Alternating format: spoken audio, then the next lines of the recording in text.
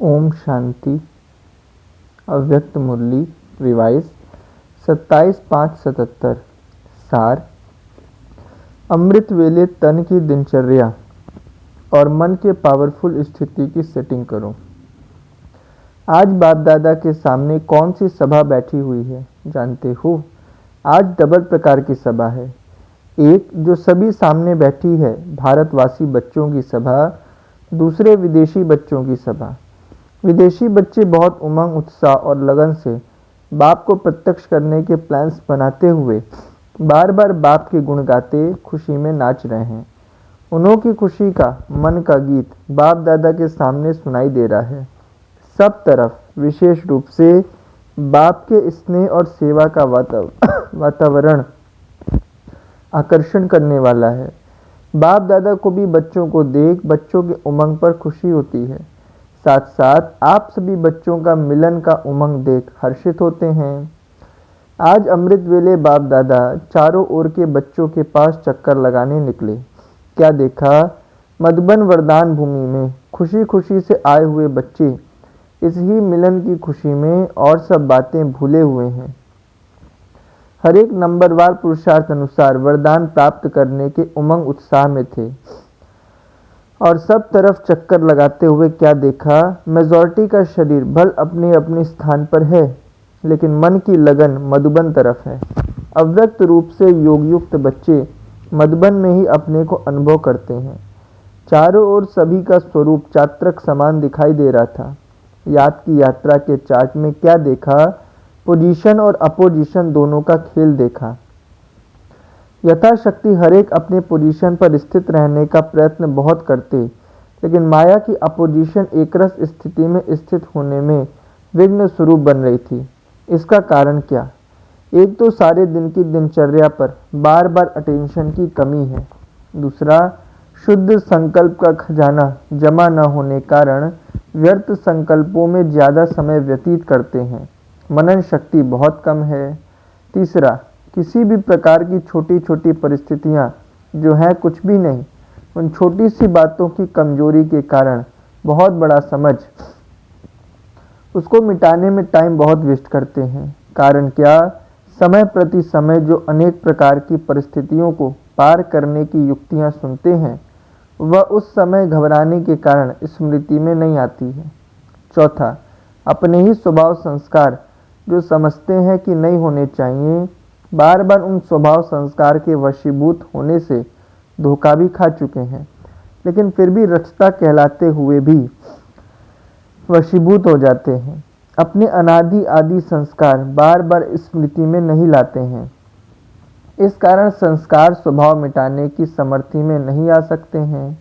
ऐसे चारों ही प्रकार के योद्धा देखे। योद्धा शब्द सुनकर हंसी आती है और जिस समय प्रैक्टिकल एक्ट में आते हो उस समय हंसी आती है। बाप दादा को ऐसा खेल देखते हुए बच्चों पर रहम और कल्याण का संकल्प आता है। अब तक मेजॉरिटी व्यर्थ संकल्पों की कंप्लेन बहुत करते हैं।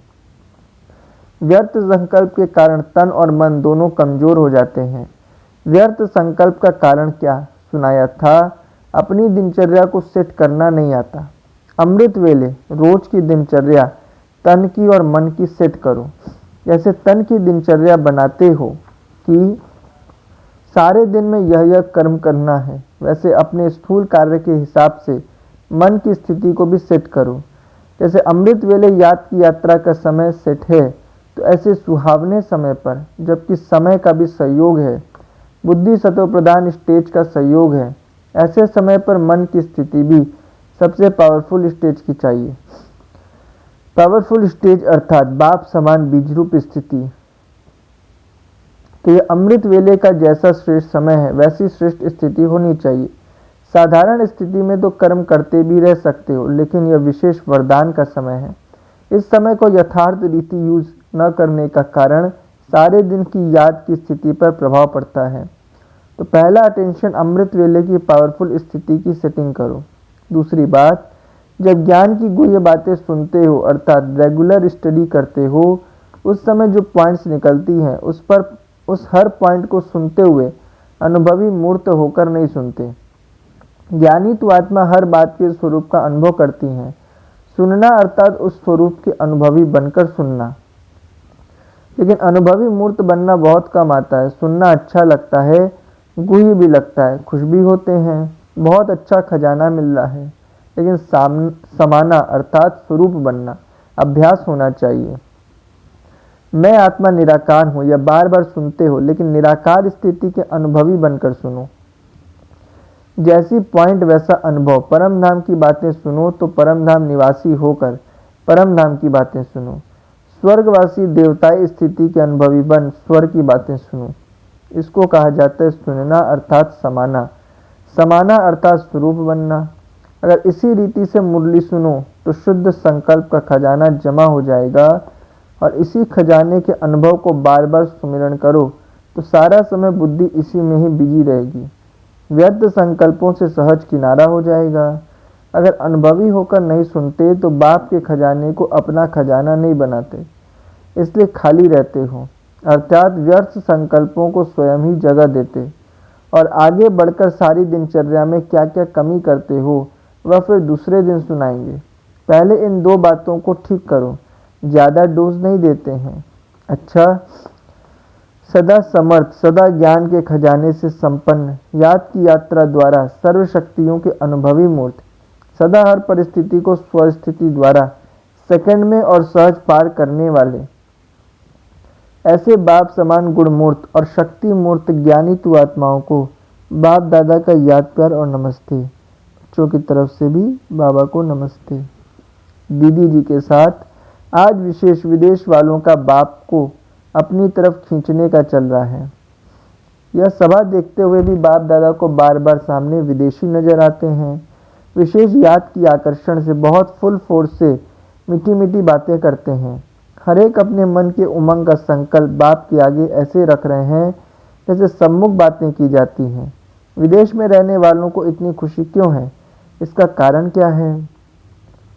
क्योंकि नई नई फुलवाड़ी समझते हैं कि हम पीछे आने वाले जब तक कोई विशेष कार्य नहीं करेंगे तो हाई जंप देकर आगे कैसे बढ़ेंगे। उन्हों को ये लगन है हम कुछ विशेष करके दिखावें, जो न हुआ है वह करके दिखावें।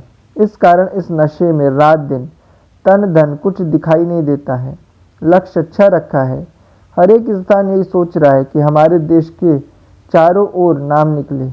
इस रेस के कारण एक दो से आगे बढ़ रहे हैं। विदेश से नाम निकलना है या तो ठीक है, लेकिन किस कोने से निकलता, कौन सा स्थान निमित्त बनता, किस स्थान का व्यक्ति निमित्त बनता है। इसलिए हर एक अपने धुन में लगे हुए हैं और बाप दादा को भी बच्चों की मेहनत और उत्साह अच्छा लगता है। दादी को, आप यहाँ बैठी हो या विदेश में, विदेश सर्विस के प्लान चलते हैं कि जब प्लेन में चढ़ेंगी तब प्लान चलेंगे। महारथियों से एक प्रश्न पूछते हैं, बाप से तो बहुत पूछते हैं। महारथियों के लिए विशेष है रू रिहान, महारथियों से अच्छी लगती है। विजयमाला के जो मणके बनते हैं, पहला नंबर व 108वां नंबर, दोनों में अंतर क्या है? कहलाते तो सब विजयी रतन है, नाम ही है विजयमाला, लेकिन पहला नंबर विजयी रतन और जो लास्ट का विजयी रतन है उसमें कोई विशेष सब्जेक्ट पर विजय का आधार है व टोटल नंबर पर आधार है। एक होता है विशेष सब्जेक्ट में, दूसरा होता है सब सब्जेक्ट के टोटल मार्क्स का अंतर। तो इसकी गुह्यता क्या है, अर्थात विजय की गुह्य गति क्या है? इसमें बहुत कुछ रहस्य भरा हुआ है। युगल दाने की विशेष सब्जेक्ट कौन सी है और अष्ट रत्नों की कौन सी है, 100 रत्नों की कौन सी है? उसमें भी आगे और पीछे वालों में क्या अंतर है, इस गुह्य गति पर आपस में मनन करना, फिर बताएंगे। आज चक्कर लगाया ना, यह तो हुई मोटी बात, लेकिन विशेष महारथियों के पुरुषार्थ में क्या महीन अंतर रह जाता है। इससे 2 नंबर के बाद तीसरा आता, फिर चौथा आता है महारथी नामी ग्रामी, लेकिन दूसरा तीसरा नंबर भी किस आधार से बनता है। तो आज महारथियों के इस गुह्य गति के पुरुषार्थ को देख रहे थे। अष्ट में भी पहला नंबर और 8वां नंबर में क्या अंतर है? पूछते तो 8 ही हैं, लेकिन पूजा में भी अंतर, विजय में अंतर है। हर एक की विशेषता भी विशेष है और फिर जो कमी रह जाती है वह भी विशेष है, जिसके आधार पर फिर नंबर बनते हैं। आज दोनों ही देख रहे थे तो ये आपस में विचार करना, समझा? दिल्ली पार्टी से दिल्ली को दरबार बनाया है, दिल्ली दरबार कहते हैं तो दिल्ली को अपनी दरबार बनाई है। राजाई तैयार हो गई है। दरबार में कौन बैठेंगे? दरबार में पहले तो महाराजा महारानियां चाहिए। कितने महाराजा महारानियां तैयार हुए हैं? दिल्ली वालों को राज्य का फाउंडेशन लगाना है। राज्य का फाउंडेशन कैसे लगेगा? उसका आधार क्या? राज्य अर्थात अधिकार प्राप्त कर लेना। पहले स्वयं का राज्य, फिर विश्व का राज्य। तो दिल्ली निवासी स्वयं पर अधिकारी बने हैं। विदेश से तो नाम निकलेगा, लेकिन नाम पहुंचेगा कहाँ? दिल्ली में। तो दिल्ली वालों को नवीनता करनी चाहिए, क्योंकि सेवा का आदि स्थान है। सेवा के बीज स्वरूप दिल्ली है। तो जैसे दिल्ली आदि स्थान है सेवा के हिसाब से, और राज्य का स्थान, राज्य स्थान भी है, तो दोनों ही हिसाब से दिल्ली वालों को विशेषता करनी चाहिए। तो क्या करेंगे? मेला करेंगे, कॉन्फ्रेंस करेंगे, या तो पुरानी बातें हो गई। लेकिन नवीनता क्या करेंगे? पहली बात तो दिल्ली वालों का एक दृढ़ संकल्प संगठित रूप से होना चाहिए कि हम सब दिल्ली का किला मजबूत करेंगे। सफलता तो होनी है, इस संकल्प का व्रत एक हो। जैसे कोई भी कार्य में सफलता के लिए व्रत रखते हैं ना, वह तो स्थूल व्रत रखते हैं, लेकिन यह मनसा का व्रत है, जिस व्रत से निमित्त कोई भी कार्य करेंगे। भले कोई कार्य साधारण भी हो, रिजल्ट नवीनता की हो। मानो कॉन्फ्रेंस करते, बाहर का रूप साधारण का होता, लेकिन सफलता नवीनता की हो। जब एक ही समय और सर्व का एक ही संकल्प दृढ़ होगा कि होना ही है, तो देखो दिल्ली क्या कमाल करती है। कमजोरी के संकल्प नहीं हो, होना तो है नहीं, होना ही है। होगा नहीं होगा, अभी तक तो हुआ नहीं, यह कमजोरी के संकल्प है। एक दृढ़ संकल्प की भट्टी हो, फिर सब दिल्ली को कॉपी करेंगे। अभी ऐसी कोई नवीनता दिखाओ। भाषण किया, जनता आई, सुना और गए। भाषण करने वालों ने भाषण किया और चले, यह तो होता रहता है। अब डबल स्टेज स्वयं की और दूसरी स्थान की तैयार करो। जब डबल स्टेज हो तब सफलता हो। स्थूल स्टेज पर झंडा लगाना, स्लोगन लगाना, चित्र लगाना बहुत सहज है, लेकिन हर एक चैतन्य चित्र हो, हर एक की बुद्धि में विजय का झंडा लगा हो, स्लोगन सबका एक हो। सफलता हमारा जन्मसिद्ध अधिकार है। फिर देखो दिल्ली वाले कमाल करेंगे। दिल्ली वालों को विशेष एक लिफ्ट की गिफ्ट भी है। वह कौन सी है? दिल्ली वालों का उसमें भी विशेष शक्ति सेना का विशेष गुण कौन सा है? यज्ञ की स्थापना के कार्य में दिल्ली की शक्ति सेना का सुदामा मिसल, जो चावल चपटी काम में आई है, वह बहुत महत्व के समय काम में आई है। तो महत्व के समय पर अगर कार्य में चावल चपटी भी लगाते तो वह बहुत वृद्धि हो जाती है। वैसे इतना फलीभूत नहीं होता। समय पर सहयोग देने से दिल्ली वालों को विशेष गिफ्ट की लिफ्ट मिली है। बाप की ओर से ड्रामा प्रमाण दिल्ली वालों को सदा संपन्न रहने का वरदान प्राप्त है। दिल्ली की धरनी का फाउंडेशन अच्छा है। एग्जाम्पल बनने वालों को विशेष सहयोग मिलता है। दिल्ली की सेवा अन्य सेवा स्थानों के निमित्त एग्जाम्पल बने। जैसे आदि में विशेषता दिखाई, वैसे अभी दिखाओ तो उसका सहयोग मिल जाएगा। दिल्ली वाले फॉरेन वालों से भी अच्छे प्लान बना सकते हैं, क्योंकि यहाँ बहुत सेवा के साधन है। यहाँ मेहनत की ज़रूरत नहीं, सिर्फ किला मजबूत की बात है। अच्छा, जब सबके संकल्प की अंगुली इकट्ठी होगी तो हर कार्य सफल होगा। सबकी नज़र दिल्ली पर है। जब एक दो के समीप हो, हाथ में हाथ मिलाएंगे तब गिराव डाल सकेंगे। हाथ में हाथ मिलाना अर्थात संकल्प मिलाना। सब में एक जैसा उमंग उत्साह हो, दिलाना ना पड़े। अच्छा, पुरुषार्थ की गुह्य गति क्या है, अथवा श्रेष्ठ पुरुषार्थ कौन सा है? हर संकल्प श्वास में स्वतः बाप की याद हो, इसको कहा जाता है स्मृति स्वरूप। जैसे भक्ति में भी कहते अनहद शब्द सुनाई दे, अजपा जाप चलता रहे, ऐसा पुरुषार्थ निरंतर हो, इसको कहा जाता है श्रेष्ठ पुरुषार्थ। याद करना नहीं पड़े, याद आता ही रहे। महारथियों का पुरुषार्थ यह है। महारथी अर्थात स्वतः याद। महारथी का हर संकल्प महान होगा। जितना जितना आगे बढ़ते जाएंगे साधारणता खत्म होती जाएगी, महानता आती जाएगी। यह है बढ़ने की निशानी। अच्छा, वरदान। तीनों कालों तीनों लोकों की नॉलेज को धारण कर बुद्धिवान बनने वाले विघ्न विनाशक भव। जो तीनों कालों और तीनों लोकों के नॉलेजफुल हैं, उन्हें बुद्धिवान अर्थात गणेश कहा जाता है। गणेश अर्थात विघ्न विनाशक। और किसी भी परिस्थिति में विघ्न रूप नहीं बन सकते। यदि कोई विघ्न रूप बने भी तो आप विघ्न विनाशक बन जाओ, इससे विघ्न खत्म हो जाएंगे। विघ्न विनाशक आत्माएं वातावरण वायुमंडल को भी परिवर्तन कर देती हैं, उसका वर्णन नहीं करती। स्लोगन। अपने चलन और चेहरे से सत्यता की सभ्यता का अनुभव कराना ही श्रेष्ठता है। अपने चलन और चेहरे से सत्यता की सभ्यता का अनुभव कराना ही श्रेष्ठता है। अच्छा, ओम शांति।